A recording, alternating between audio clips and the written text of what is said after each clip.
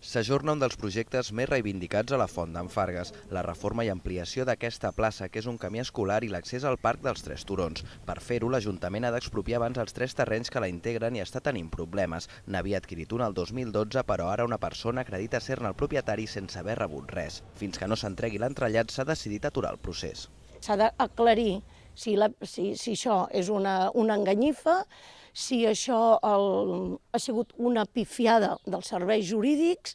Bueno, què ha passat aquí? Que el 2012 es va pagar una sèrie de calés molt importants i en aquest moment hi ha una altra persona que diu «Ei, us veu equivocar de propietari». El propietari sóc jo. Denuncien que la plaça de la Font d'en Fargues presenta un estat d'abandó que genera inseguretat i que elements patrimonials com el quiosc o la font corren perill de desaparèixer.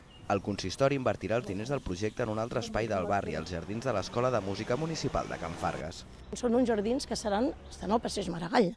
Seran més carrer per Horta, per nosaltres també, però bueno, són uns jardins oberts a tot. Això que també ho volem per tota la ciutat, però almenys és més nostre. I és que consideren que són més prioritàries les inversions a la part alta del barri, ja que denuncien no se n'han fet pràcticament en els darrers anys.